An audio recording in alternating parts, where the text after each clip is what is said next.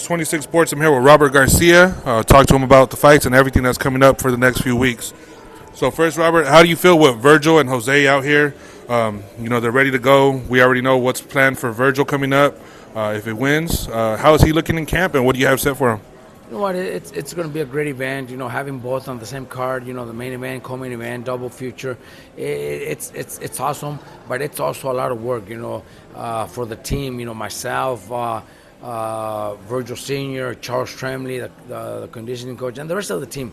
Especially Rick. Having to deal with both big fights and talking with Golden Boy. It's not easy. I think it's going to be a great event. It's going to be one of those once in a lifetime type of event, but it is hard to have both together. Both are stars, both are superstars, so they both should have their own cards. But this was beautiful that they're doing something like this. Fresno's going to be, they're going to have fun. Fresno's going to have fun because it's a card full of action, full of talent, full of young prospects. So I'm excited about the show, but it is hard. Now for Virgil, obviously he's going in with Delorme. Pretty much everybody assumes it's a tune-up fight, stay busy fight. If he wins, it's supposed to be Zoo, according to everything that we've seen. How do you see that fight, and how quickly will you guys get to training after this one? Well, you know what? We first have to get through the Delorme. We can't take anybody lightly.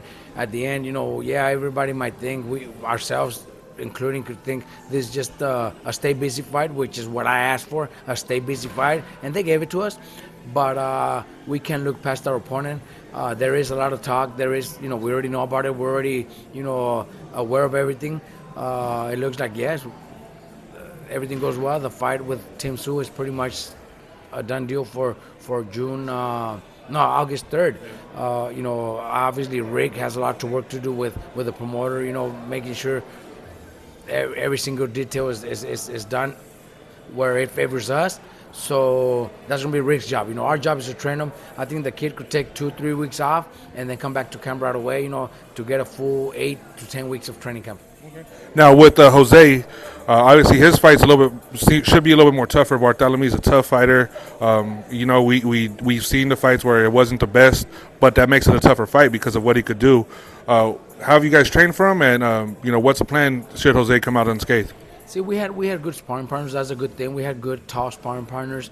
Jose loves those challenges. There was a few other names that were brought up that I actually preferred, but Jose's like, nah, those wins don't mean nothing for me. I want to fight somebody that's at least been world champion, and Bartolome has been a world champion. Bartolome is difficult, awkward. He boxes well. He knows a lot of tricks. He holds. So the fight's going to be difficult, but Jose's going to be able to pull it off.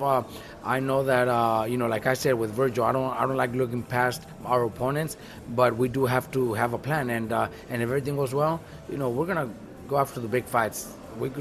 Hopefully we could get a title fight against Devin Haney. He's still the champion. He just lost, but he could come back something with a big fight against Jose, or even against Ryan Garcia. Ryan's also promoted by Golden Boy Promotion. Ryan had a great, spectacular win. It'll be another big fight against Jose. I think Ryan is going to look for the biggest fights out there, and I think Jose could be one of those. So a fight between Jose and Ryan Garcia would be huge. Hopefully Rick could do something to make, or in Golden Boy, to see if they can make it happen. But Devin Haney would also be great too for us. So either one of those, those are my two picks. Obviously there's so many other champions too. Jose will fight anybody. Jose is that type of fighter that he'll fight anybody. If we get the call from Matchroom to fight Matias, we're up for it. If we get a call from Top Rank to fight Teofimo, we're up for it too. Jose wants to fight for a world title, so if that's the case, we're going to go after it.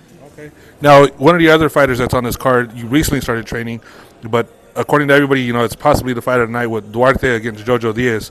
What do you see from Oscar in camp so far, and how do you feel that the fight could go? Look, I know JoJo Diaz. JoJo Diaz actually comes to my gym for sparring a lot. He didn't come for this fight, obviously, but he comes to my gym. JoJo's a very talented fighter, very skillful, Olympian. So, yeah, this could be one of the best fights of the night. Duarte is motivated. Duarte is one of the strongest fighters I have in my gym, honestly.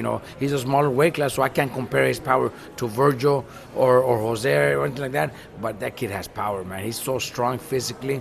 That's what's going to make it an exciting fight, because JoJo loves to fight too. JoJo's a warrior, so JoJo's our friend, and this time we're going against him.